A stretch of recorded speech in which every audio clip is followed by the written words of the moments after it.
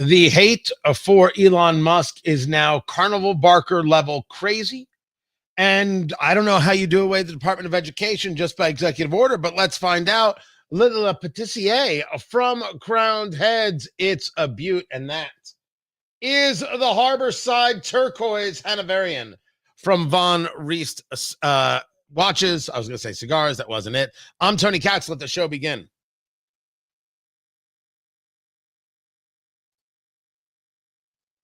What can I add that you guys haven't already said? You know, Musk is kind of this arch villain of late stage capitalism, and he seems like this clown and this buffoon. But like Alex said, you know, this is a man who made a Sieg Heil Nazi salute. Not only can we just stop? John Cusack, such great movies, such lousy politics. Why are you like this? You've been wrong politically your whole life. The only person who doesn't know it is you. You've been wrong and ridiculous your whole life, and wrong about the Nazi salute, and wrong about whatever the bloody hell late stage capitalism is. Oh, good gosh. Just ignorant. And what is all of this? Well, all of this is a part of something called hashtag Tesla takedown. They hate Elon Musk so much they want to take him down, and you've got people like Jasmine Crockett, Representative Crockett, who's like, it's going to be my birthday, and all I want for my birthday is to take down Elon Musk. You understand the violent call that this is.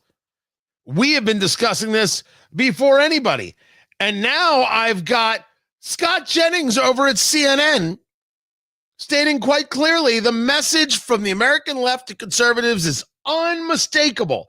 Silence yourselves or we will do it for you.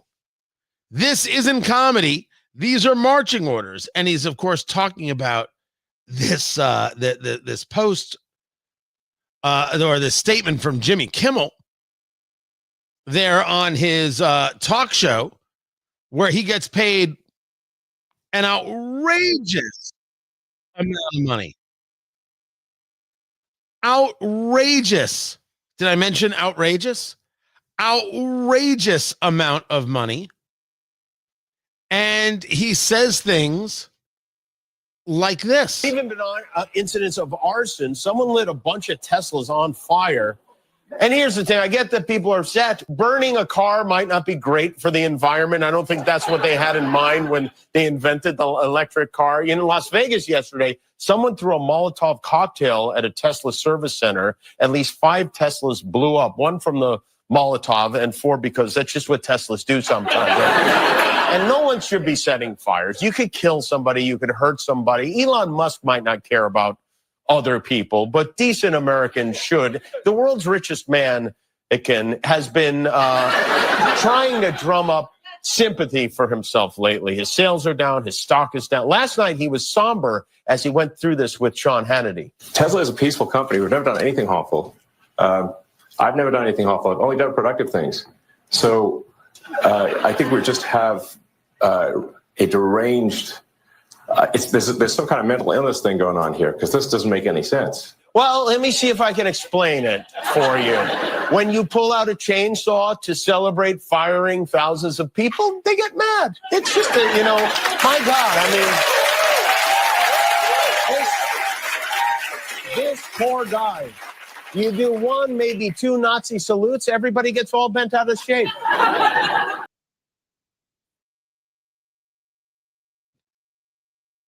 There's just no doubt, none, that while he is at least saying you shouldn't do this, it's hey, you got to understand where these people are. Hey, people are going to do what they do. That's what Nancy Pelosi said. Hey, you should expect them to be violent. I mean, what else could you possibly expect? I should expect them to go to jail. And I should expect the people who are proactive in supporting it to at least lose elections. But while this is going on, and then certainly this is a big story, Trump is looking to put an end to the Department of Education. That is what we're hearing. Yes! Yes! Yes! Yes! Oh! Oh! Oh! Oh, God. I didn't realize I had been recorded earlier. Trump can't actually do it. Let me be perfectly clear. You can sign an executive order and we'll all see what it has to say, but it would take the act of Congress. But what Trump can do is bleed it, not staff it, not provide for it. That all can be done. And let me say for the record that I absolutely favor putting an end to the Department of Education. We have been making a statement here for months. Let's say the last couple months. And the way we say it is clearly resonating. And I'm telling you that to this day, no one counters. I've asked this question in a lot of places. Does the institution exist to serve the citizen, we the people, or does it exist to ensure that the institution survives? Which one is it? If the institution exists to serve the citizen, okay, we can have ourselves the institution. If it exists to ensure the growth of the institution itself, we have a problem. And we could take a look at how many people were there just doing things regarding education in 1979 before the Department of Education and the entire workforce ballooned. And we could talk about what has happened with the workforce between then and 1979, 1980, and now. There are a series of things that we can look at. We can take a look at all these government agencies and see how it has ballooned, because government has become a work program. I would say a jobs program, but government doesn't create jobs. It just creates work, but it pays these people and exists to ensure that the institution exists. Very often the institution exists as a way of making sure that it can share its value by its existence. I know it's circular, but that's exactly the point. Never once are they required to show their work. And when asked by Elon Musk to show your work, hey, name 5 things you did this week, they couldn't do it. They wouldn't do it. They were insulted that they had to do it. I work in a very binary way, guys. Did I say hello? Did I introduce myself? Tony Katz? Tony Katz today? I should have, because if I didn't, I'm really sorry. Find everything over at TonyKatz.com. I exist in a binary way. Either I am on the air or I am not. These are the options that I have. I can't phone it in. I mean, literally, I could get on a phone and call into a station and do the show, but I still have to do this thing. There are a lot of people in a lot of jobs, public and private, whose work is not as easy to determine as mine. So they may be asked the question, what did you do this week? I don't think, it's been a long time since I've worked in a office setting, right? Corporate setting. But do they still do things like progress reports? Hey, I followed up with this client, sold this, did that, boom, boom, boom. They take a look at the sales that were done in the past week and who ranked what and volume this and numbers this and lead gen that. That still happens, right? All the time. Except in government agencies, where clearly we have learned that it is obscene. Jimmy Kimmel doesn't want you to cheer with a chainsaw when you fire thousands of people. Okay. You're right, it's gauche. It is. It's just beneath contempt. So you set fire to a Tesla? Not even your own? I mean, if you set fire to your own Tesla, I'd think you're a moron. But okay, it's your Tesla. You knock yourself out. Also, don't set fire to your Tesla. You set fire to someone else's Tesla. You are a violent person. I discussed this. We went over this and we shared some videos about this. That, the left is broken. And I'm going to get more into this a little bit later. What could be more broken in the mind than the idea of I'm mad at person X, so I'll destroy the property of person Y? What possibly could be more demented? But there is no doubt that the call for violence exists and that the cheering of the destruction of property because it's a Tesla is all up and down the progressive left. You could, whatever you have to say about Trump, allow me to be as clear as day. I don't care. I don't care if you like him. I don't care if you don't like him. I don't care if you hate him. I think it's weird, but sure, go ahead. Destroying other people's property, and not a single progressive speaks out. Not a one. Imagine how they're going to feel when the Department of Education goes, because the Department of Education does not educate. The Department of Education will still manage grants and all sorts of things. It says while it winds itself down. Again, the president can't wind it down. It needs an act of Congress.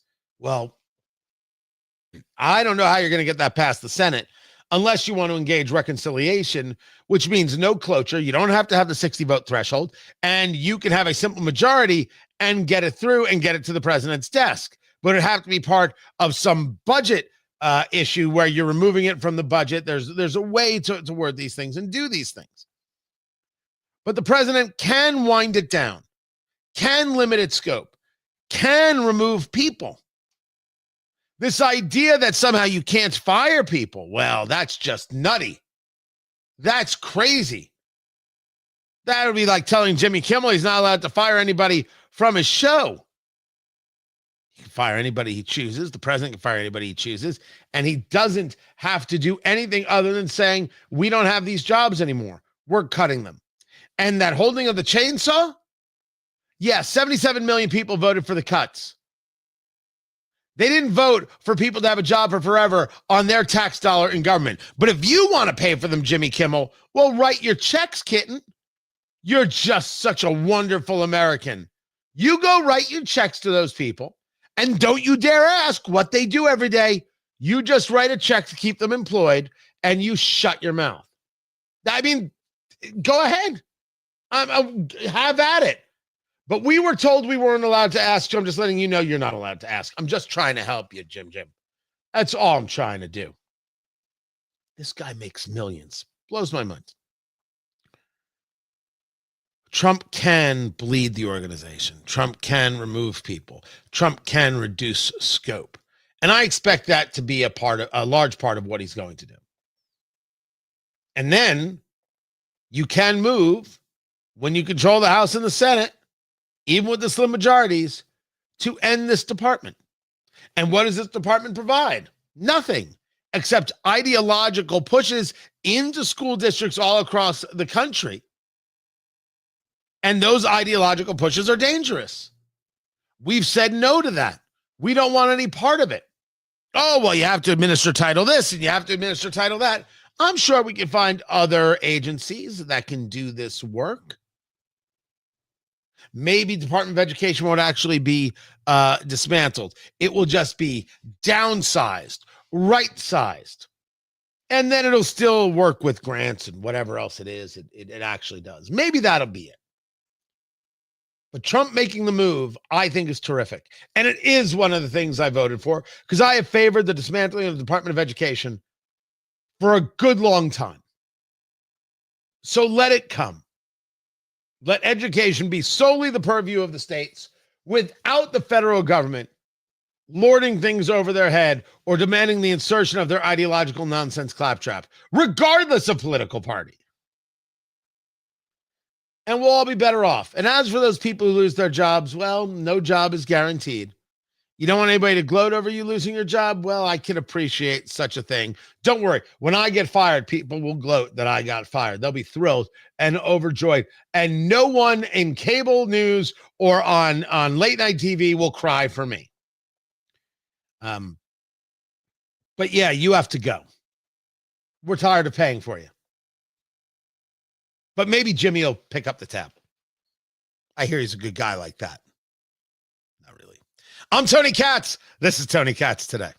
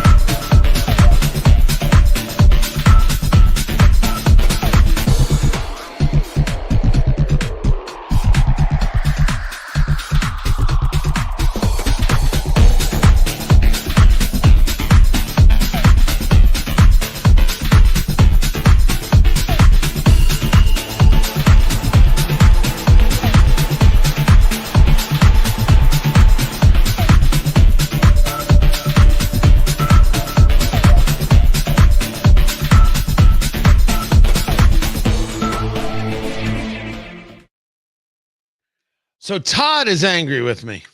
Is this crooked? See, what I learned is this is not even to this. Look at that. I can't believe I did that. I don't know how I never noticed. So I got to raise it an inch. Is that better? Like that? Yeah, it's just not even. It's annoying as all get out. The watch is the Hanoverian from Flederman Von Riest. Go to vonriest.com, my people, and get yours. Use promo code CATS and get your discount.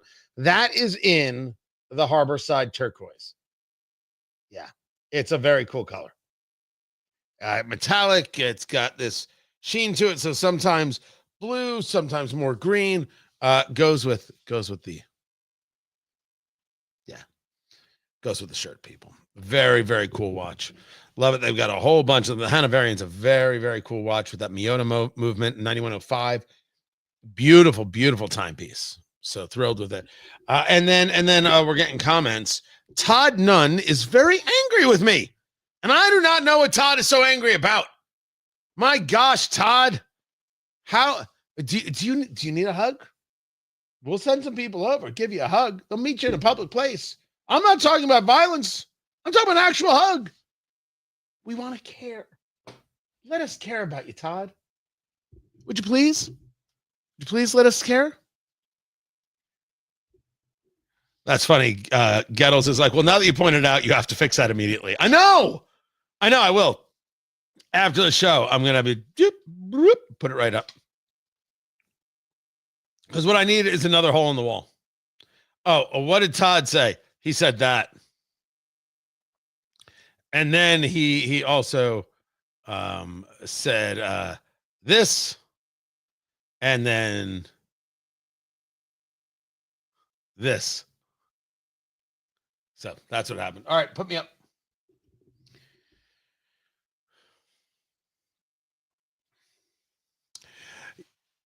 You know, we live stream the shows. We do the show, and we're live there on YouTube and on X and a whole bunch of places. And Robert doesn't like my shirt. He said, "Go buy that same shirt again, and then burn both of them." That's your mom likes my shirt. Tony Katz today. Good to be with you. Find everything going on with me over at TonyKatz.com. Ground operations beginning in Israel, well, I should say in Gaza by the Israeli Defense Forces. They're retaking in the northern Gaza corridor and certainly have no end in sight for what it is they're trying to get accomplished, which is preventing Hamas from reorganizing. The UN saying that an international UN staffer was killed and 5 others were wounded in a strike on a UN guest house. Considering that the United Nations was proactive in supporting Hamas and planning with Hamas the October 7th attacks, I, A, have a hard time believing them. And B, certainly if someone innocent got killed, that stinks. But you are in a war zone. And the United Nations has proven itself to be siding with the enemy. The United Nations Relief Work Agency, UNRWA, they absolutely were working with Hamas and supporting Hamas. This is not a question. And any number given by the Gaza Health Ministry is, of course, propaganda nonsense. These people lie. And you would literally have to be New York Times dumb to believe their numbers. I mean, really and truly New York Times ignorant. Again, we'll state what we know, that this is going to lead to real problems in Israel because they want hostages back. But there's no doubt that Israel has made a decision that they're moving forward. They have made the decision that they cannot allow Hamas to reconstitute. They have taken out Rashid Jaju, who is the head of Hamas's general security forces, now has been eliminated, and the Israeli government absolutely celebrating that. Hamas has responded by saying that they will accept any proposal in exchange for a ceasefire resumption. Any. Huh. Any proposal. Well, it's going to involve your surrender and a lot of time in a prison where you will die never having seen your family again. I just want you to know. But it's okay because your family's probably going to be in prison too. So, you know, I'm curious. I'm curious what deal they'll accept. Why do they want the ceasefire so badly? I think this is the question that if you're the Israeli government that you're asking. I think you want it because only if you get the hostages back, that's what you really want. You don't care about the ceasefire because Hamas has to be destroyed. I argue still that Hamas is reconstituting. I argue that Hamas is planning. I argue that when you are a terrorist, hell-bent on the destruction of others, you do terrorist things hell-bent on the destruction of others. A new proposal includes the release of an American Israeli hostage. You might see something happen on that. I'm Tony Katz. Man, you people are nasty rude. Put on some 3D glasses and that shirt will take you places. Wow. Wow.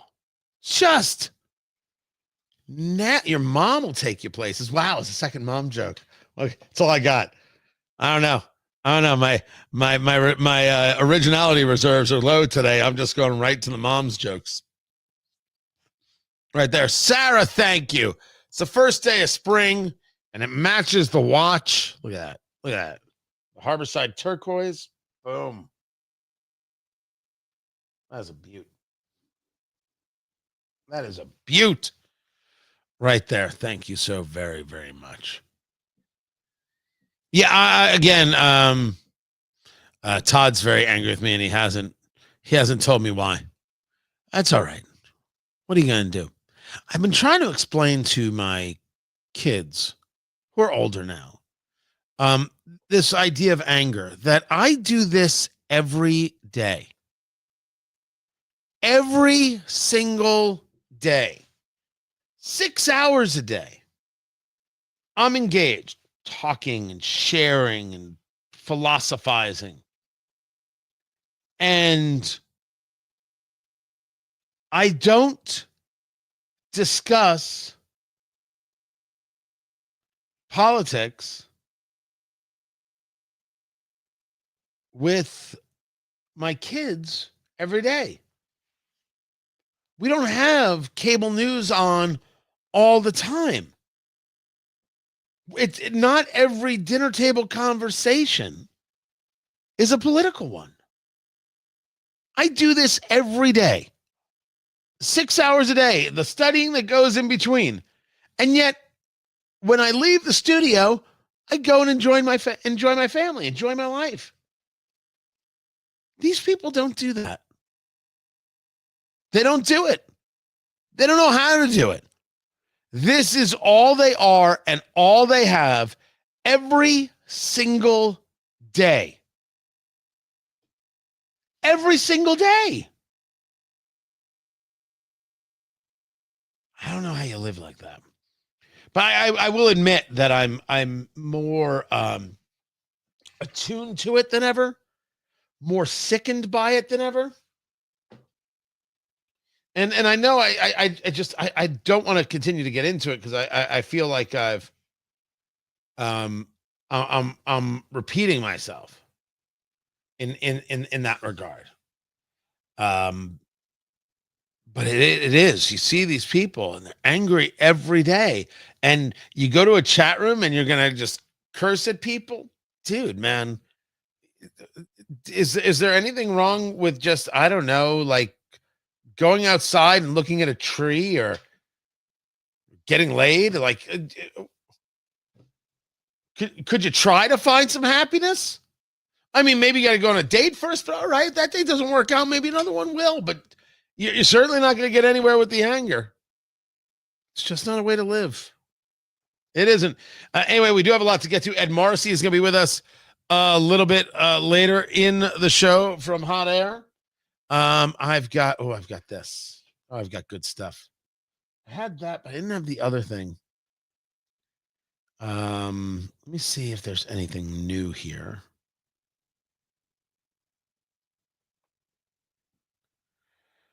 Oh, do I want to listen to Bill Burr on The View? I do not. I really don't want a whole day of Elon Musk, but holy heck, it's all anybody's talking about.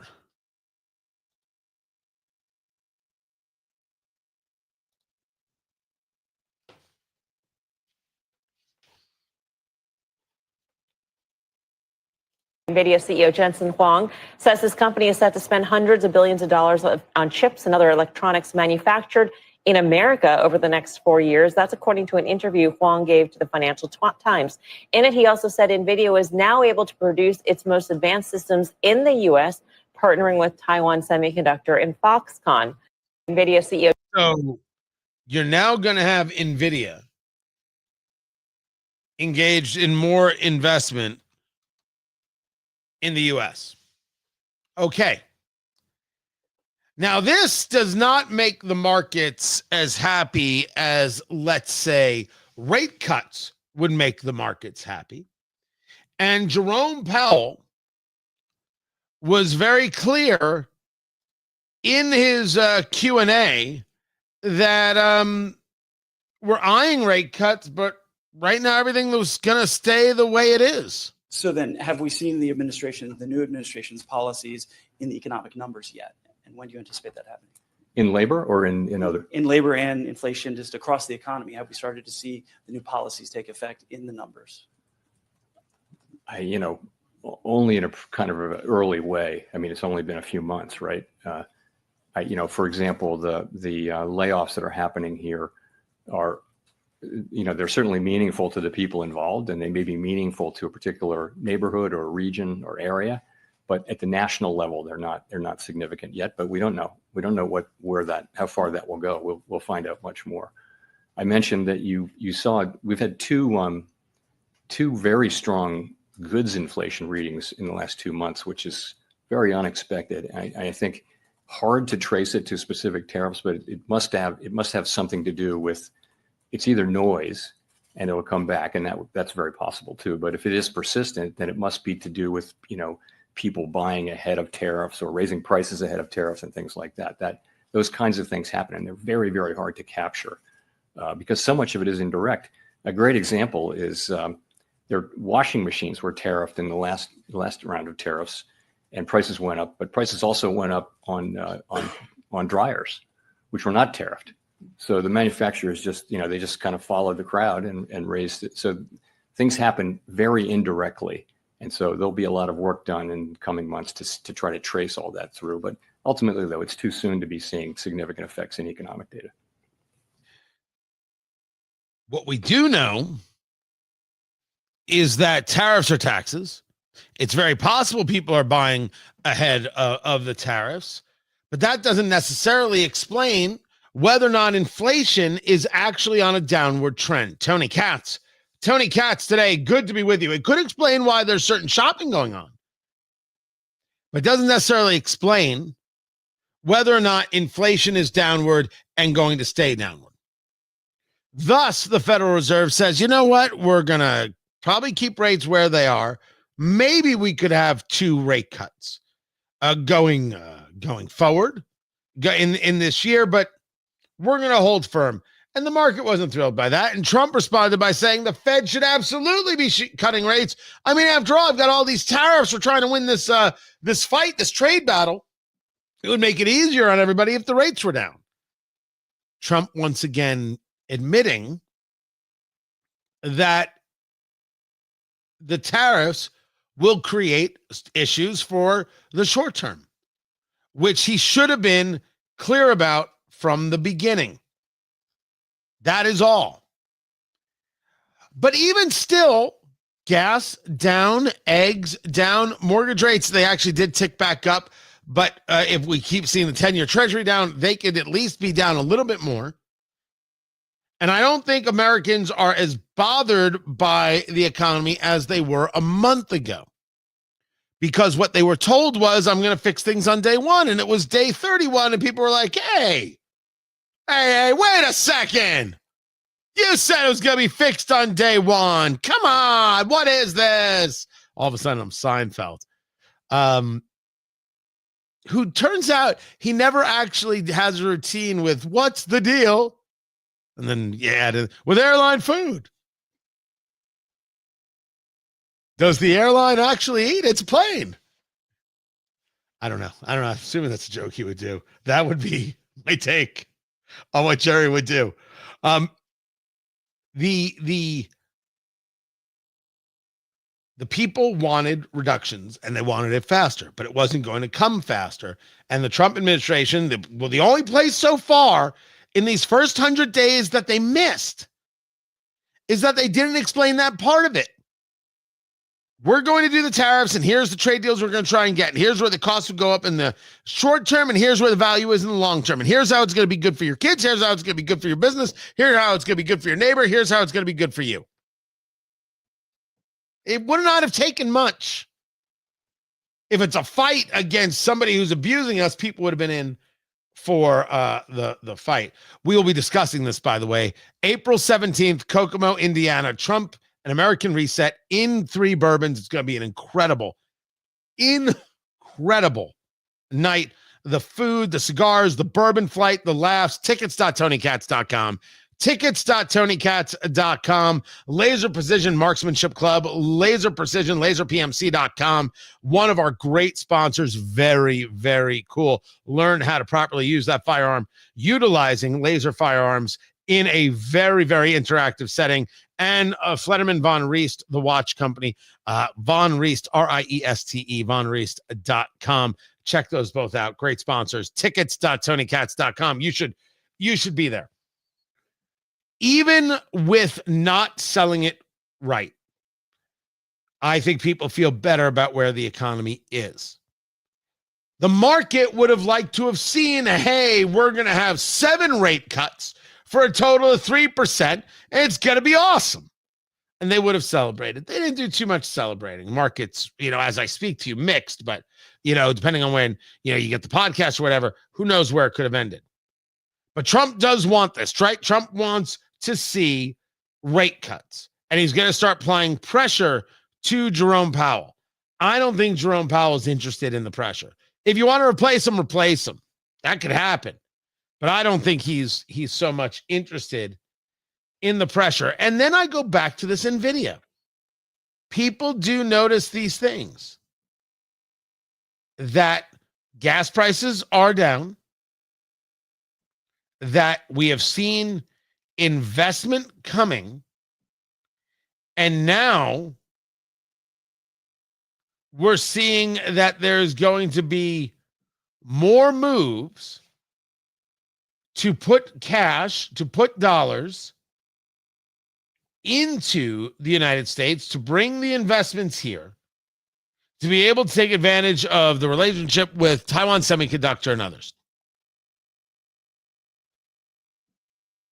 If you could see the 30-year fixed mortgage come down a little bit more, if you could see gas come down to that $2.50 a gallon mark, if you could see egg prices get under $4 on the regular, a dozen, you'll see Trump's numbers go up. And they're already in a good spot. You see that those 3, that magic 3? Yeah, his numbers will boost. As for the inflation, we won't know for another couple months. If the inflation does stay down, we do see it flat. We do see hitting this Fed target of 2%. That market's going to go nuts. And the market's already been doing good work. I mean, past couple weeks, notwithstanding. Just a little bit of economic update. I'm Tony Katz. This is Tony Katz Today.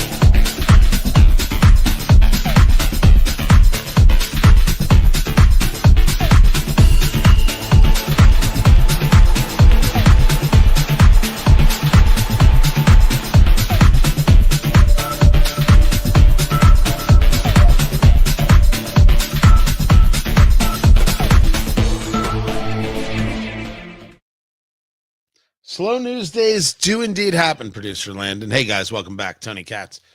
Tony Katz Today. Good to be with you. I was critiquing my work. And I am a brutal critiquer. For sure. I do have more about, it's going to be like all Musk all day. Everyone's crazed. They're desperate to make that the only story.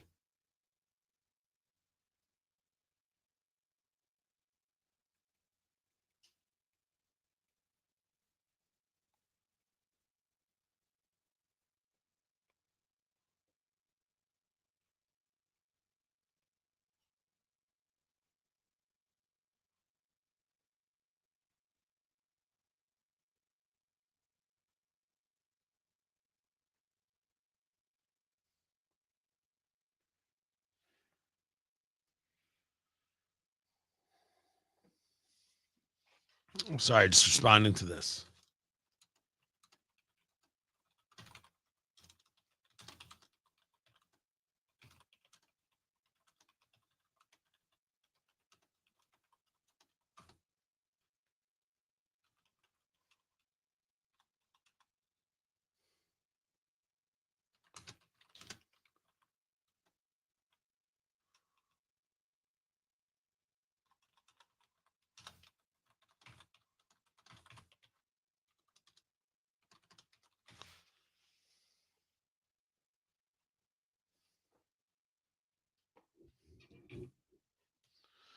All right. Sorry, guys. Was just doing a little bit of work there. 1 minute till we're back to the show. I know, why so serious? Like, I was deep in thought. I was being asked a question about an advertiser, and I was like, how do I properly answer this question? And then I was like, okay, that's how I answer that question. That's how I did it. Remember, there's a couple things going on, right? So we've got the radio show, then we're doing the live stream, right? There's work to do for radio. I've got the credit card processing company, Nationwide Financial Network, what you see right there. We do a lot. We do a whole bunch, and then there's Eat, Drink, Smoke, and there's a whole bunch of stuff. So we try and cover it all in every single bit of it. Make sure we get answers to people as quickly as possible. And look at Florida. There it is.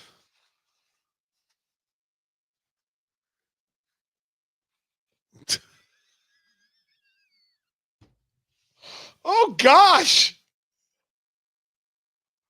Wow, we're taking the hate to a whole new level today. I mean, read this, guys.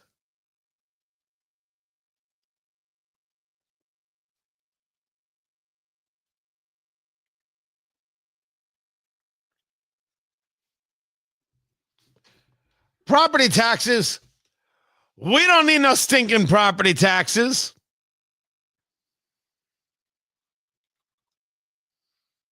I'm a believer in such a thing. I absolutely and in every way oppose property taxes because property taxes mean you don't own what you own. Tony Katz today. Good to be with you. In my beloved Indiana, this has been a serious subject as property taxes have gone up. I've had fellow radio hosts create rallies to bring people together on this. They've gotten the governor, Mike Braun, involved, Lieutenant Governor Micah Beckwith, and hopefully we'll see some movement here. In Florida, they're taking it a little bit differently. The Wall Street Journal reporting that Florida explores ditching property tax as home prices soar. Ditching property tax, try and figure out how to get people insured if there's a hurricane. Tony Katz today. Good to be with you. My mother-in-law in Florida. It's rough. It is very, very rough. So let's start with at least a basic understanding, right? The property tax is what it is that local municipalities are utilized to bring in quote unquote revenues that are then utilized to run the city. One of their arguments is that without a certain level of property taxes, we can't provide services. Now, each city can decide whether or not the services they get are worth the money that they spend. Is the government, local government, overspending? Are they really having an issue? The costs of everything have gone up, so therefore maybe property taxes do need to go up. But why is it based as a property tax is my question. Rather, if you said, hey, residents of pick the city, we do have a tax and it is higher than this place or that place, but these are the amenities we provide. This is how we provide them. If you want to live here with all these things, this is what you have to pay. If not, there's the town next door. Have a nice day. Don't forget to come here when you want to actually eat at a restaurant or drink at a bar or see something cool, because that place has crap and we're awesome, right? That should be the methodology, not as a property tax. The fundamental problem is that a property tax, by definition, means you do not own what you own. I own my house. My house is my castle. Oh, you didn't pay your property taxes? We, the state, now take your house. But that means I don't own it. That means I'm some kind of long-term investor in it, but it doesn't mean that I actually own it. You're saying that the state owns it or the municipality owns it, and I'm just lucky to be able to have this like really cool long-term rental-esque kind of deal. No thanks. I don't like the idea that you don't own what you own and that government owns what you own. I feel this way, for example, about car manufacturers. There was a while there where the conversation was coming from Chevrolet, that you buy a Chevy car, but they've got all this computer engineering in the engine now. And you can't have access to that. That's only theirs. So the question is, who owns the car? If I own the car, I want to be able to do things with the engine as I see fit. You're telling me that I can't do things with the engine? I don't actually own the car. Very odd stuff. Florida is having its own problems with costs, with insurance issues, flood insurance or hurricane stuff, the issues with what's going on with condos and whether or not they're built properly and whether or not they've been properly inspected. And now you're having people canceling insurance, so therefore people have to move, but there's nobody to buy because no one can get insurance to buy the place again. It's super ugly. It's a real problem. But eliminating the property tax is the right move. That does not mean that your municipality might not look to other taxes to raise quote unquote revenues. And it doesn't mean that without those dollars, your municipality, your city, your town may have issue providing certain services or might not be able to get certain things accomplished. The town has to agree or disagree to that as a whole. You got to sell people. You got to convince them. When we've had the property tax conversation here, one of the things that keeps coming up is, well, we won't be able to hire any more police officers. We won't even be able to pay the fire department. So if I don't pay the property tax, the whole city is going to burn to the ground. That's a weird threat.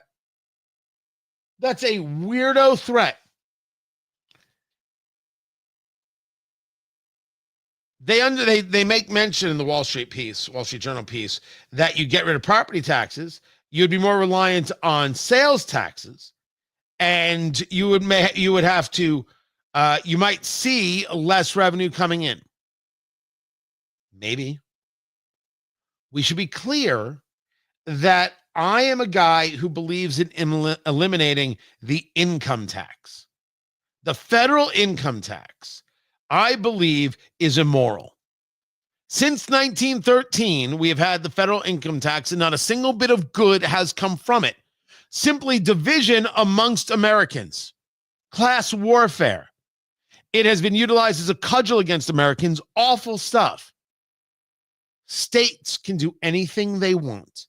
If states want to have a sales tax, they can. If states want to have an income tax, they can. I can then choose to go to another state. But even the conservative must admit with clarity that if you want certain amenities of a town, you have to pay for them. They must get paid for somehow. They don't simply just exist. Now, you could say, hey, we're going to do it all with corporate taxes, but I don't think that necessarily is going to get you every place you want to be. If you tell me and you lay out for me, here are all the taxes we do, I then can decide whether I shop there or live there. When you put a property tax upon me and you force me into this situation where if I don't pay it, I don't own my property, that's abusive of the state, taking away from me my ability to choose. And I say, oh, hell no. So Florida's right on this. And we should be looking at this everywhere to allow for more transparency and honesty in our tax system. I'm Tony Katz. Now I ask you, Jordan, how is what I said profiting of dividing citizens with my fear and hate? May the black poison coming from your mouth turn to bile in your veins. Jordan. And such pretty stained glass, too. Jordan, buddy, let me ask you this. You see this shirt? Is this the shirt worn by a guy who's spewing bile? What is this design? Is it tartan? There's a name for this design. By the way, this shirt is made by Alan Flusser. Alan Flusser was the guy who used to make the clothes for Roger Stone. So this guy can't be have black poison coming out of his mouth, and also black poison. Okay, racist.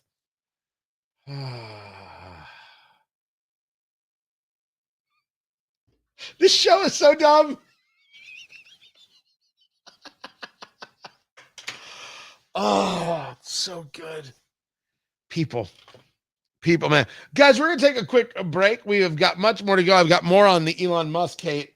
It's through the roof, and how the Trump-Ukraine deal is now leading to an offer from Congo. It is special. I've got that coming up, so stay here. Much more to get to. We'll be back in a few. We're in the radio break, so we'll be in the video break as well. Back in a few minutes.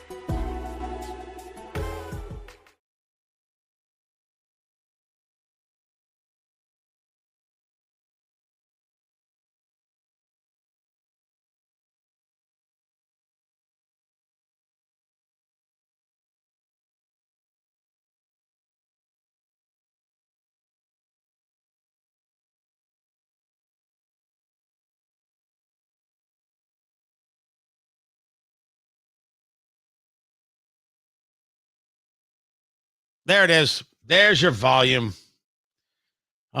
You'd think I'd have it figured out by now. First of all, welcome back, Tony Katz. Tony Katz today. Good to be with you. I was noticing the lately the a tremendous amount of not negative comments, the trolling. It's like, am I like did something happen? Did we get elevated? Right? We've got a good show, we've got a known show, we're growing, but we got a long way to go. And I've just seen a lot of it, more than ever. But it does come in waves, and lately it's just been a huge wave of some really hateful people, angry people.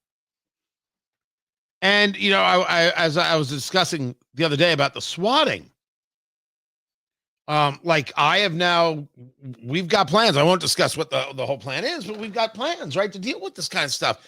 And I'm making a different argument now, even though I was just a few days ago. It isn't just me; it's coming for everybody. The anger is just over the top nuts. Anyway, I'm gonna get back to the show. We'll talk about it. Glad you're here. Sponsorships available. You should reach out to me. We'll talk. Right now, let's do a show.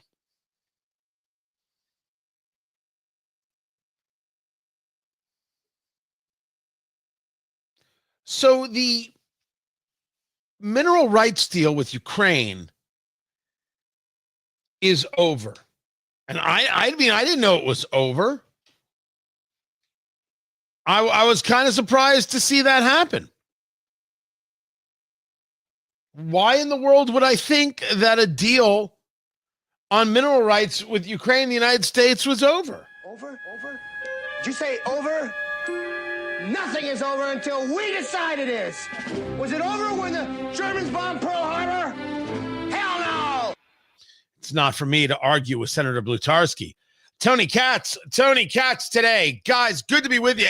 833-GOT-TONY, 833-468-8669. Elko, Nevada, welcome, guys. Good to see you. And WTRC there in Elkhart, Indiana. Glad you guys are now part of the family. Don't forget, potluck dinners on Friday. Be sure to bring a covered dish, won't you? Not doing that deal. Not doing a deal on the mineral rights. Interesting. Instead, it's a deal on energy. Basically, what has come is Trump saying to Ukraine, hey, you got some nice power plants over there. It'd be a shame if something happened to them. Well, actually, it isn't that shakedowny. What it is a security agreement without the agreement. We felt the same way about the mineral rights deal. We said so. This is just much more obvious. Follow this. Make sure we're all on the same page. You had Trump pushing for a ceasefire. Why? Because the first rule of Trumpism is Trump wins, and the second rule of Trumpism is a deal can always be made as long as it adheres to the first rule of Trumpism. Trump said he would end the war on day one. It was a campaign promise to get this accomplished. He wants to get it accomplished. He wants to be able to say, I made a peace deal. I believe that the president knows that no peace is sustainable when dealing with Vladimir Putin because he is an expansionist guy. He has expansionist desires, and this is the plan. But if you can get some peace and stop the killing, you get a campaign promise under your belt, good things, you'll deal about the other stuff then. That is how Trump operates. That is how he moves and maneuvers. It's important to understand. So Trump wants to put together a deal. And here comes Volodymyr Zelensky in his Steve Jobs-esque turtleneck and spunky attitude. And he walks into the Oval Office, clearly getting ginned up by Democratic Senator Chris Murphy and others, and says, security agreement. Security guarantees. You need to give me security guarantees. And Donald Trump says, hey, little guy, maybe calm down. And Elon Musk, and Vladimir Zelensky doesn't want to calm down. And then the fight happens. And then Trump says, you don't get any more military assistance. And then Trump says, you don't get any more intelligence assistance. And then Vladimir Zelensky in Ukraine says, you know what? We should sign a deal on a ceasefire. Where do you want to meet? Saudi Arabia? I'll meet you in Saudi Arabia. Sounds great. And they meet in Saudi Arabia. And they sign the framework for a ceasefire. This brings us over to Russia, where all politics are local, and Vladimir Putin is always going to show himself as a tough guy. Look at me, I'm doing the judo. Look at me, I'm wrestling bears. Look at me, I'm sending people to poison my political enemies in Britain. There's nothing I can't do. I'm Vladimir, and he's the toughest guy out there. Well, he's not worried about Trump, and he's not worried about a deal. We'll see, maybe, who knows? All of a sudden, it's West Side Story. Could be. Wait, do I actually have that?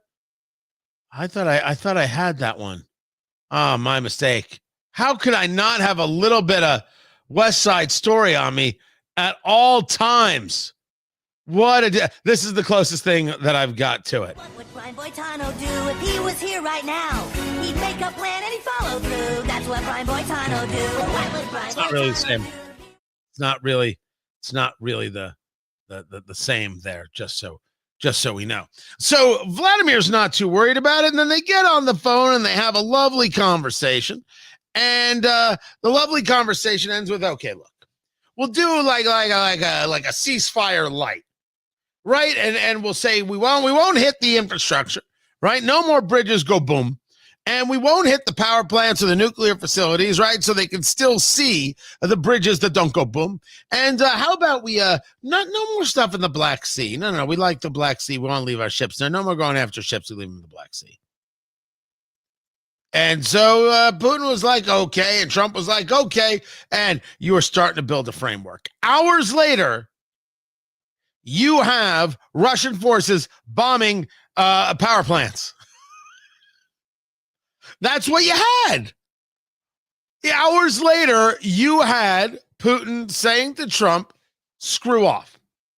Now, the argument that I made yesterday is, I believe, the argument, and I think a lot of people on the political right are getting this wrong, and I think they're doing it for very silly reasons. Well, it was Jim Garrity over at National Review who wrote an article that Trump is getting played by Putin. And I consider Jim to be a rather bright guy. I consider the analysis to be misguided. And I say so because it is based on the idea that Trump thought everything was going to go perfect from day one, that everything was going to go smooth, that, they said we've got a deal, and that everybody was going to honor the deal. At what moment has Donald Trump ever shown that that is who he is? I put forth to you, never. I put forth to you, he has never been a guy to say that the deal is always going to be the deal and everything's going to work out great from the beginning. I would also say that he is the guy who would have said as clear as day, we've got the conversation started about a deal, but we didn't have a deal. Can't get played on something that you never had, which is an argument that I think is worthy. But I think the greater one is, why does anybody think that just because something happens, Trump isn't prepared for the thing to happen? You think he sat there and said, well, golly, I can't believe Vladimir Putin did that. He made a deal with me. I'm the art of the deal. No one's ever reneged on a deal with me before. I need grown-ups. Grown-ups in the room know that of course he has. And so I don't want to rush to an idea of this idea of Trump getting played, because it is this idea that he doesn't quite understand the scenario. No, he has a very different view of the goal. His goal is not necessarily my goal. Might be yours, might not. I don't know. But we're discussing understanding his. He's the guy sitting in the chair. Putin engages this bombing. After that, a phone call takes place between Trump and Zelensky, where the conversation goes into you got these power plants, you got these nuclear facilities. Why don't we take those? Now, I don't know if he said buy, or I don't know if he said take. I don't know if he said acquire. I don't know how he phrased it.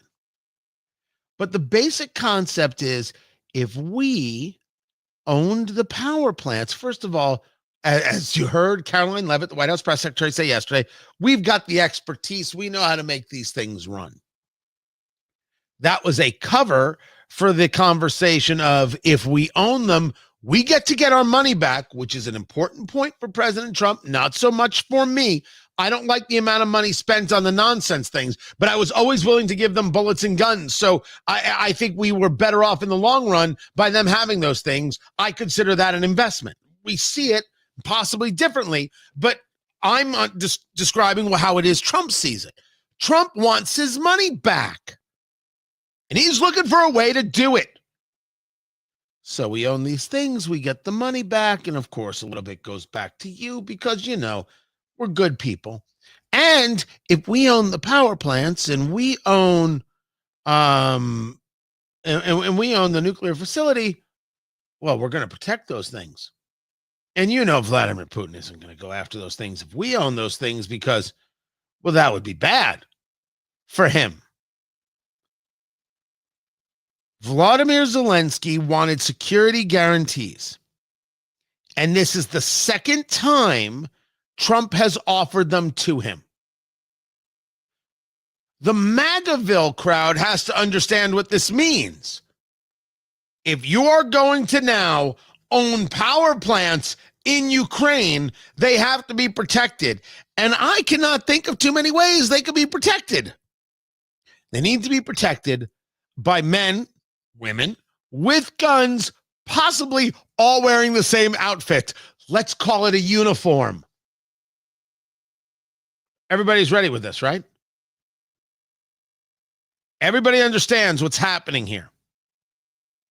This is Trump offering up the security guarantees for payment. That's what's happening. The question is, does Zelensky want that? The question is, does another president change that?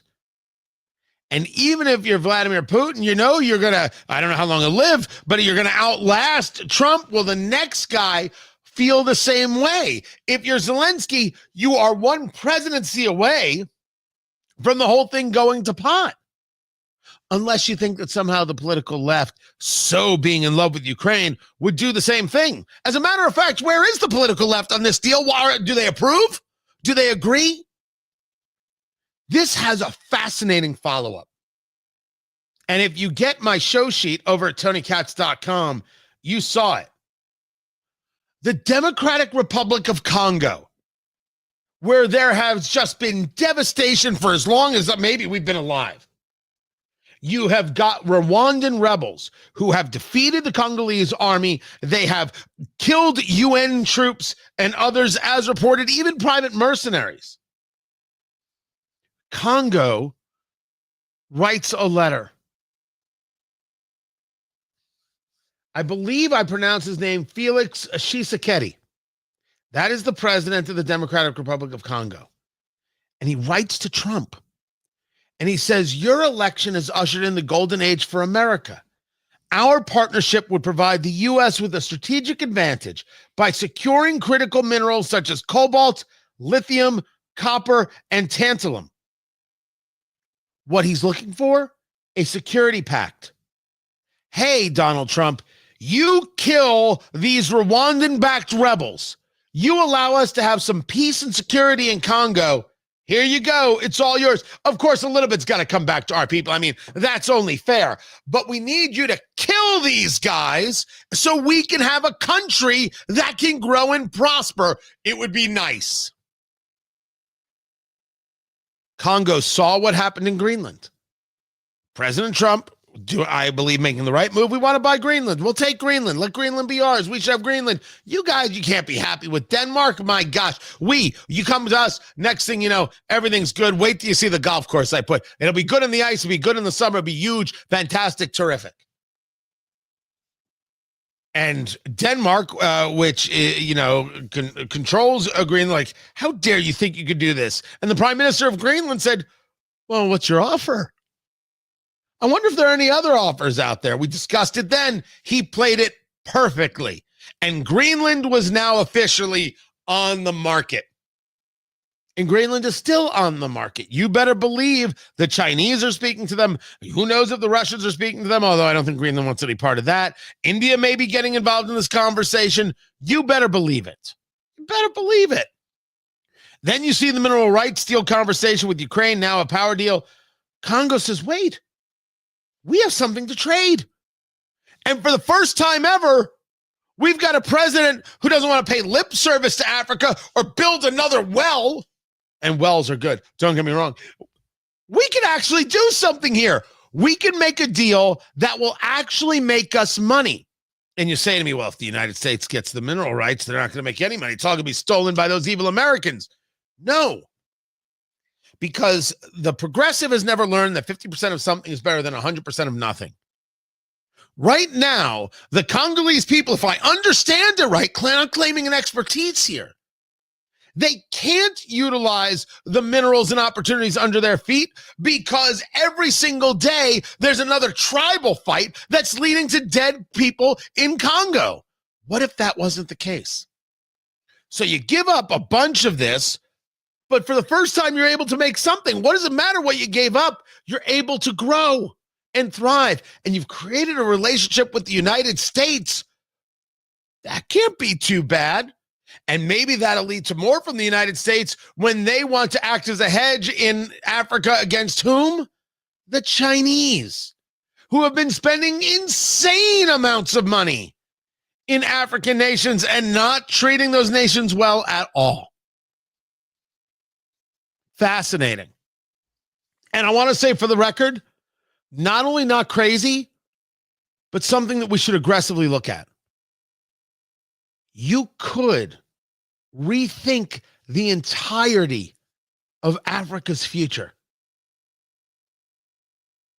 I think that's from a financial standpoint, from a human standpoint, a humanitarian, if you will, standpoint, unbelievably valuable. This is fascinating. Fascinating. As for the Ukraine deal, I don't know where it goes. I don't know what it is Ukraine does next, nor Russia. But it has to be understood that if we own the power plants, we're going to protect those power plants, and they're going to be protected with men and women on the ground with guns. I don't know how the anti-interventionist deals with that. I'm Tony Katz. The Congo thing, I think, is so... I read that story, mouth agape. Like, oh, that is so smart. That is so smart. And it really, it's a takeoff of where the environmentalist doesn't understand poor nations. You can argue all you want that terrible America has wrecked the environment, and terrible America has done this and done that, and it's unfair and has to pay for this and pay for that. No poor nation is going to listen to an environmentalist say you have to run on green energy. If they can burn coal, they'll do it. And if they could burn coal in the middle of the street, but it meant their people had electricity, they would do it. They wouldn't even think twice. No nation is going to continue to be poor just so some other nation can feel better about their carbon footprint. They don't care. These nations want better. You can't blame them. We look at America as Americans, and we think that our point of view is the only point of view in terms of loving our country, respecting our country, thinking our country is great. They live there and they want it to be better. And they want to be able to say where we live is pretty great. And so they're willing to do things to make that happen. And changing the basis by putting an end to the tribal warfare, putting an end to marauding groups. That's worth a couple of $1 billion a year in rare earth minerals that you can't actually utilize anyway because of, well, the marauding gangs and tribal warfare. And the left, I think, doesn't quite understand how this is, because they've never had to play in a real world spot. They never. I think it's a fascinating story. Let me go to the comments right here. Yes, it was. So here in the Midwest, yesterday was like 70 degrees and it was windy, but I was outside having a cigar, feeling good. And today it's negative 1400 degrees. It's so freaking ridiculous. So ridiculous. Drives me crazy. Absolutely nuts. Where is, that's Caroline Levitt right there. Let me grab that. And then I had one more thing to get to. Michelle Wu, the mayor of Boston. She's a treat. When I say a treat, I mean a terrible person. Like Jimmy Kimmel terrible.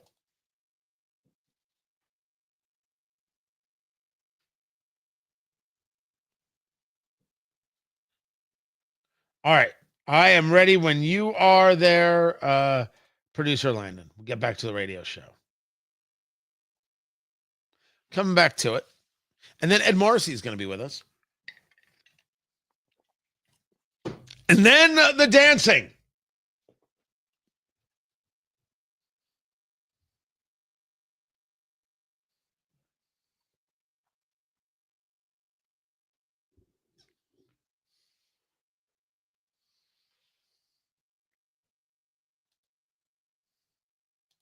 We stand with immigrants. You belong here. Somos una ciudad de inmigrantes. Boston doesn't back down.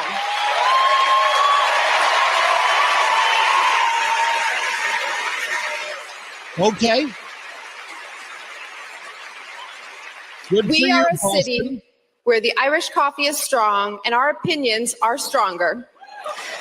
We may not always agree or see eye to eye, but at the end of the day, we are a family.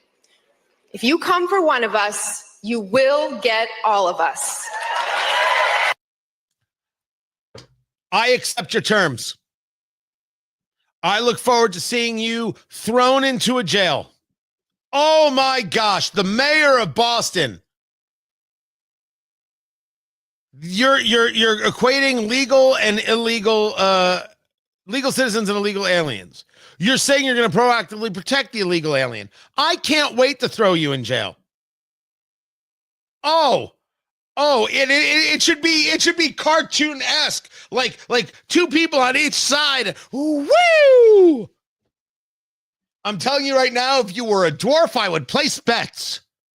Also, let us not think that dwarf tossing is a good thing. I would never condone such activities. And I want to apologize for using the term dwarf in case I've used the term improperly. The point is, Michelle Wu is terrible, and I do not feel that way about dwarves. I'm Tony Katz, and I approve this message. Hold on. Let me just check with the lawyers. No? Yeah, we're getting emails. You sure? Not lawsuits, just email. Okay. All right. Emails I can deal with. Emails like, thanks, guys. Thank you. Get back to the lab right now and keep working. That's great. So tough is Michelle Wu.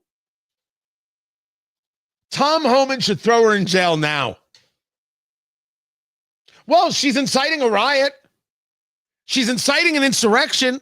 She's telling the people of Boston not to follow the laws of the United States of America. What, you can't be proactive about that? What kind of country is this? A good one. And that's why we need less Michelle Wu. Meanwhile, the insanity about Elon Musk grows. It's nuts. Ed Morrissey of Hot Air joins us next. Keep it here. Look at him right there. Look at that. Look at that, Ed Morrissey right there. You see, Sarah, my banner doesn't work right there on the side there with him. I got to go down to that one. Now that one works right there. Boo Boo, what are you doing? I'm just plugging away, writing, doing some podcasting, all that kind of fun stuff. The usual. Being available at your beck and call. That is what I am doing. Honestly, this is the only show to be on. Every other show sucks. Tony texts me. It's like, you will be on it this time. Like, right. Apparently I will be. So there you go. There. How are you, man? I'm good. How are you doing? Is there any money in podcasting? No. Yeah, I didn't think so. I mean, unless you're Joe Rogan. I mean, even if you're Michelle Obama, apparently these days there's no money in podcasting, right? I mean, apparently that balloon did not lift. And I'm kind of surprised. I really am. I'm kind of surprised. Well, it's been an hour, of her podcast. Maybe give it a little bit of time. Yeah, and that's fair too. Yes, but I mean, you would think with that name recognition, she would have been prepared for this. I mean, didn't they have the Netflix money that was supposed to be coming in? If she was doing a podcast that said "Spilling the Tea," and it was just her with a bottle of schnapps on a bender, I would pay attention to that podcast. But it's her. Is that her brother? I don't know. No one cares.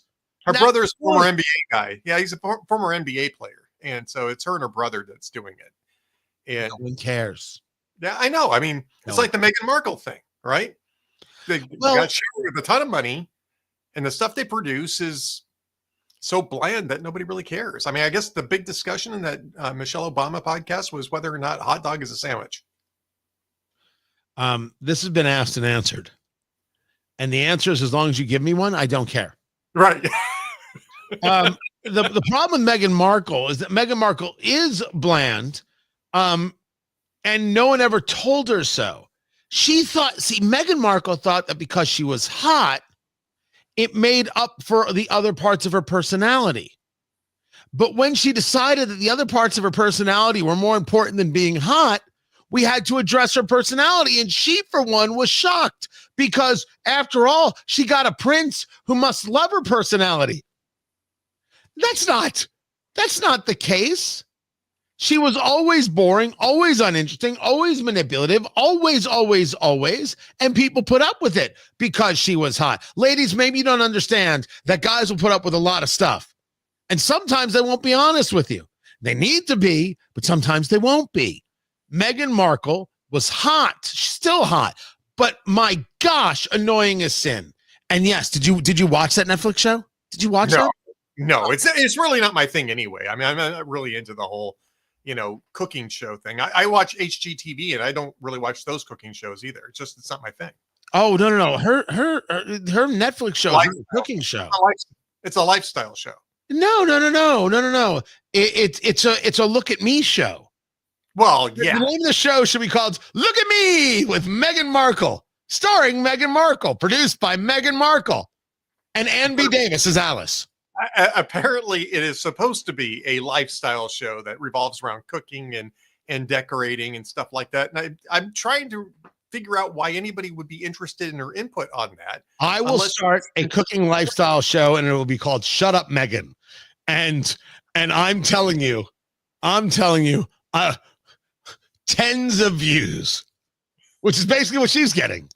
Basically what she and Michelle Obama are getting, yeah. But to answer your question, we do podcasting because we want to really engage our membership audience. And so we're doing a lot of podcasting for that. I do outside the paywall podcasting when I'm interviewing people of interest and also with Andrew, because we've always done that outside the paywall. Yeah. But there's no real extra money coming in for it. It's really just something that I like to do because I like doing this. Well, we're going to continue this conversation in just a second. Stay right there.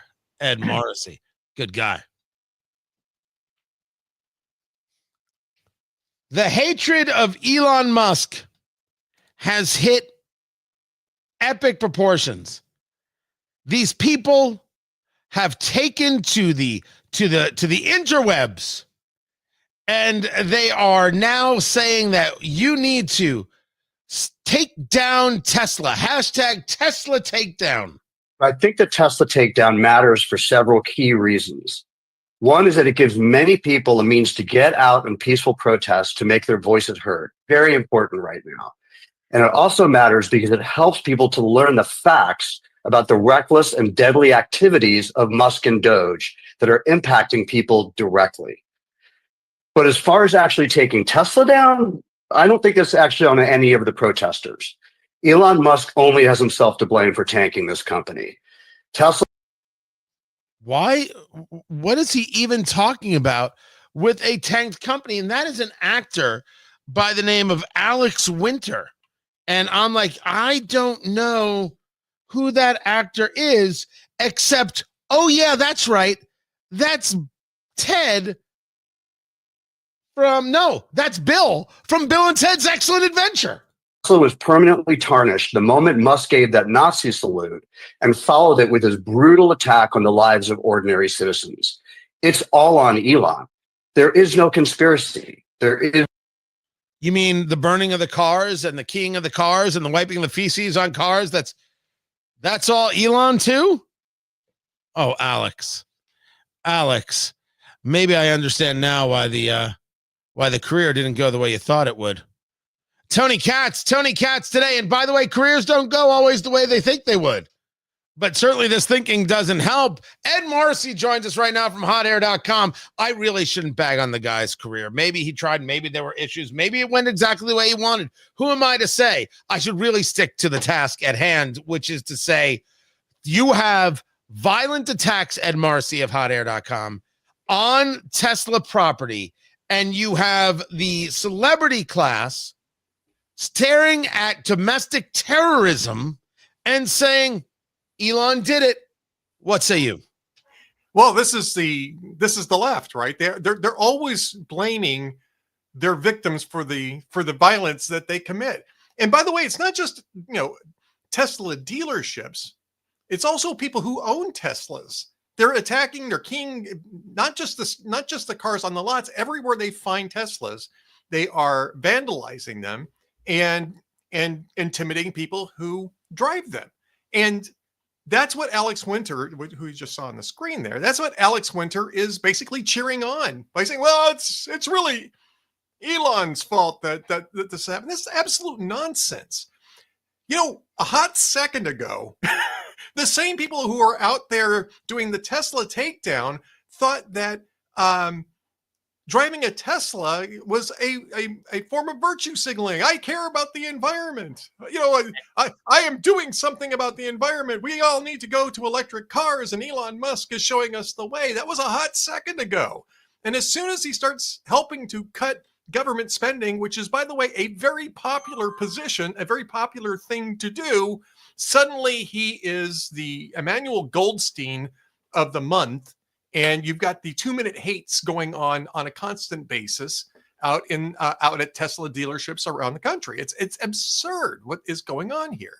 So you had actually written a piece over at hotair.com. The moment a Daily Show host realizes what his audience is, and they've got the rotating hosts over there, and he's going through a litany of, here's where they set them on fire, and here's where this guy wiped feces, put his hand in his backside and wiped the car down, and here's where they keep the car, and the crowd is cheering it, and it comes back to it cuts to him, the camera cuts to him, and he's like, oh, so you guys really do like domestic terrorism? Because that's what it is. And when you see hashtag Tesla takedown, they've got Alex Winter, they've got John Cusack, they've got Representative Jasmine Crockett speaking about this thing. This is how they mobilize, by cheering the violence and the destruction? Yeah, this is how they mobilize. This is what they're about. This is what the left is about. The left is only interested in democracy as long as they're the ones that are put in charge of it. And as soon as they're not in charge of it, they use violence to try to get their way through other means. And that is the classic definition of terrorism, using violence to force people to your political position or your preferred policies, using violence as a means to force that. And that's exactly what's happening here. They're trying to use violence as a means to stop Elon Musk from helping to find government spending that's wasteful, government spending that's redundant, government spending that's just flat out ridiculous. And if you want to, Luke Rosiak's piece today at the Daily Wire, I don't know if you've seen it yet, Tony, about the FMSC, Federal Mediation Federal Mediation and Conciliation Service. That's right, FMCS. I mean, that agency was spending ridiculous amounts of money on themselves. They weren't doing anything, but they were using government credit cards to rack up bills for BMW leases. They were double dipping, triple dipping. It was an incredible amount of corruption that was going on at this FMCS. And Doge is the one that actually did something about it. Luke Rosiak had been writing about it a decade ago, trying to raise the alert on this, and nobody did anything about it until Doge took over and looked at the spending that was going through there and shut it down. They shut it down this week. And that's the type of thing that's going on. And that's the type of thing that these people find offensive. Talking to Ed Morrissey of hotair.com. What if I said to you that I don't actually think it is that simplistic? What if it's not just because of what Elon Musk is doing with Doge? This is Representative Jasmine Crockett, part of this same Tesla takedown video stream. Politicians. So I'll make sure that I keep it short, but I am truly here for very selfish reasons. Starting with on March 29th, it's my birthday. And all I want to see happen on my birthday is for Elon to be taken down. Yes. Listen, I have learned as I serve on the Doge Oversight Committee that there is only one language that the people that are in charge understand right now. And that language is money. And so I've been so proud to see us organized behind a cause. She states it. First of all, I want to see Elon Musk taken down. It's what I want for my birthday. That is very weird. Most people want cake, but it's a very strange thing to hear Representative Crockett say, and it is a violent thing. And she goes on to say, "I'm being nonviolent." No, you're not. Which brings us back to: is this all really about Doge?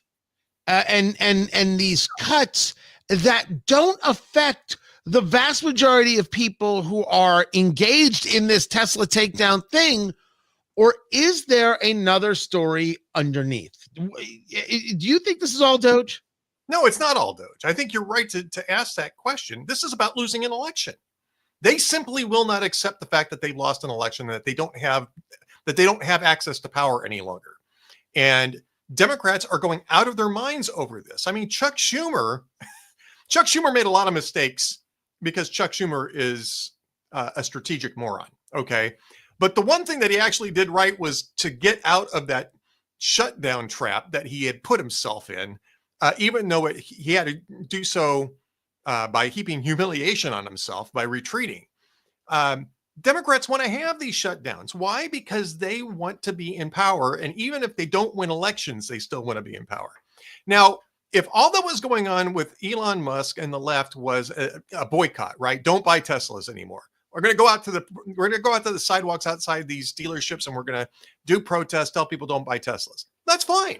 There's nothing wrong with that. That's perfectly legal, and people can demonstrate. They can organize economic boycotts. The conservatives did it with Bud Light very effectively, I might add.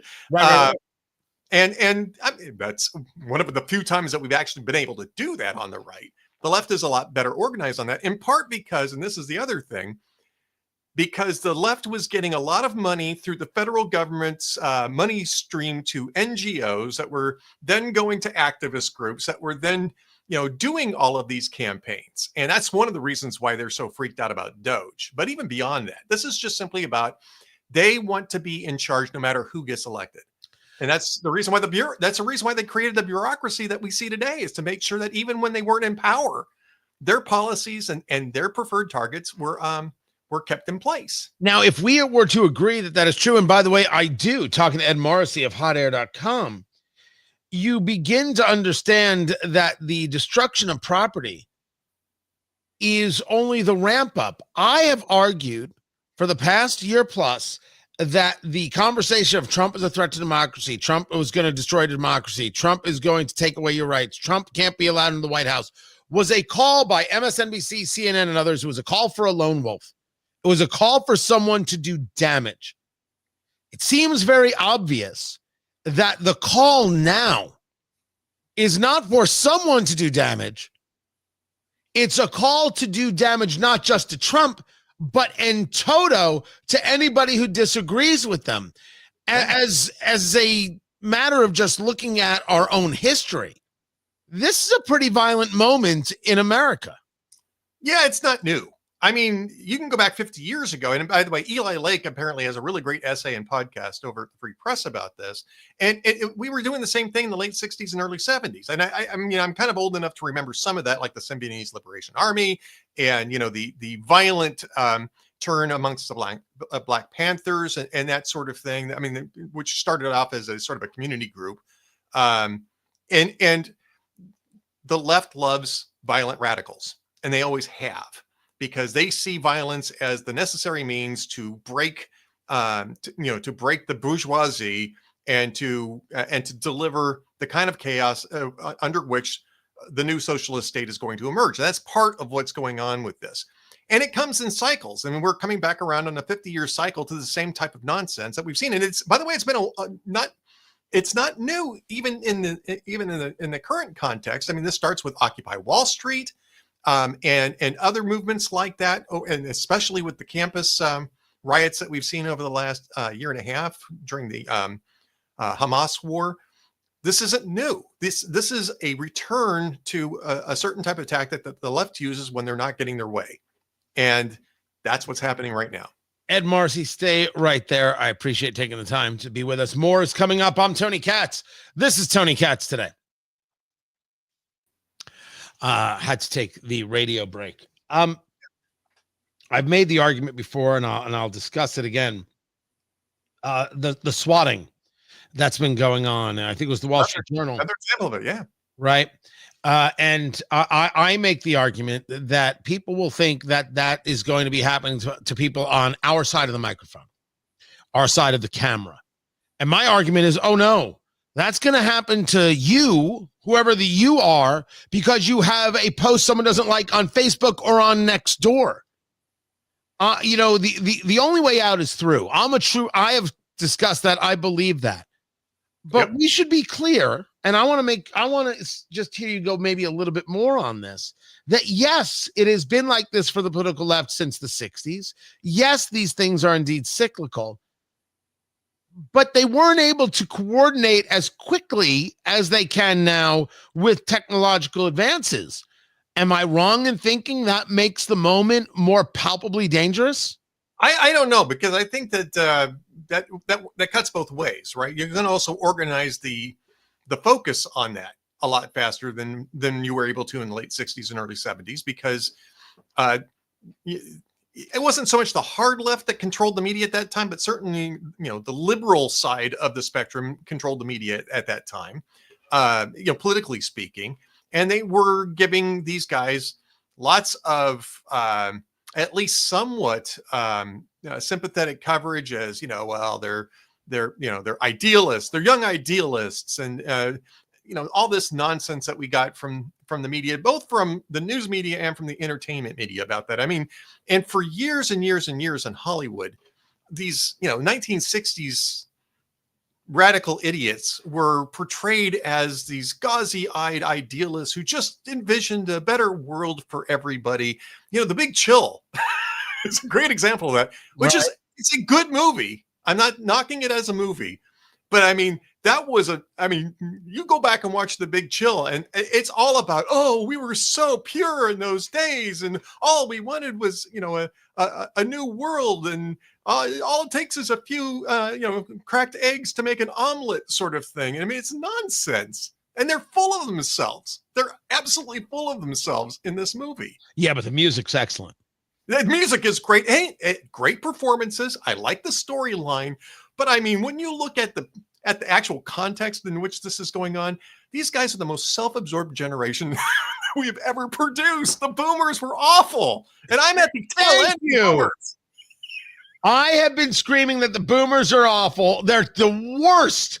The worst. If my mother's watching, let's just leave that. Leave that there. Ed Marcy, I got to run. All right, man. Ed Marcy, hotair.com. I appreciate you, man. There he goes, signing off. Good man. Good people. He's not wrong about they've always been violent. There's also the idea of the projection. They are authoritarian. They say the political right is authoritarian. They are the ones who coordinated with big tech to keep you from speaking out. That, by the way, when government works with business to affect the people, that's actually the definition of fascism. Go read. It's the definition. Projection. They are excusing violence every which way you turn. Every which way you turn. So, with that, you got to be aware. You got to be aware, and you got to be safe. That's all there is. Sorry, I'm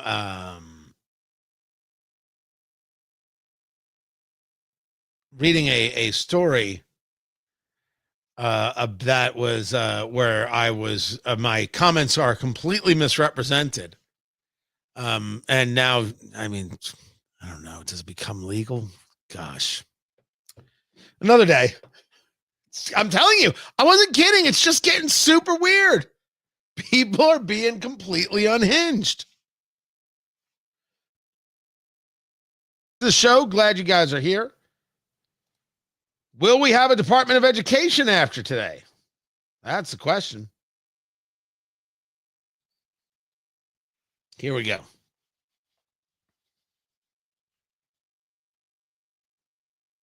Critics of the president's education.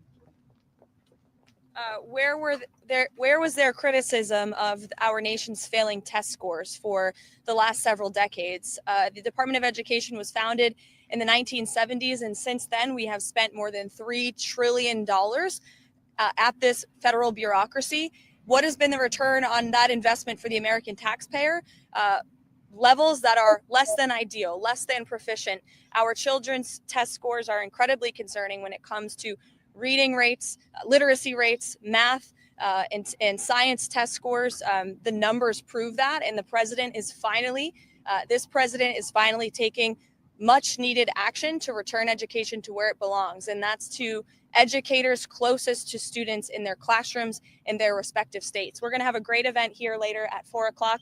There will be students here, teachers here, parents here, educators, and of course, governors from around the country who are very excited. This all about dismantling the Department of Education. Tony Katz today, as the White House Press Secretary Caroline Leavitt just met with a gaggle a little bit ago, and say, "Oh yeah, this is coming." And of course, this is about whether or not we get any value. That's what it is about. And I think the vast majority of Americans are going to say, no, there's no value here. Excited about taking on this responsibility to educate our nation's students. Who's going to run federal student loans?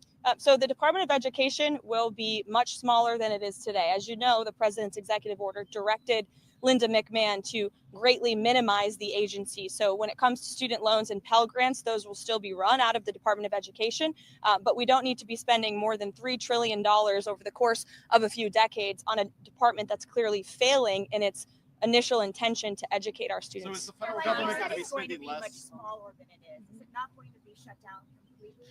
All right, I'm As done. I said, Pell Grants and student loans will still be run out of the department in Washington, D.C., but the question is, does it have to be a department to get these things?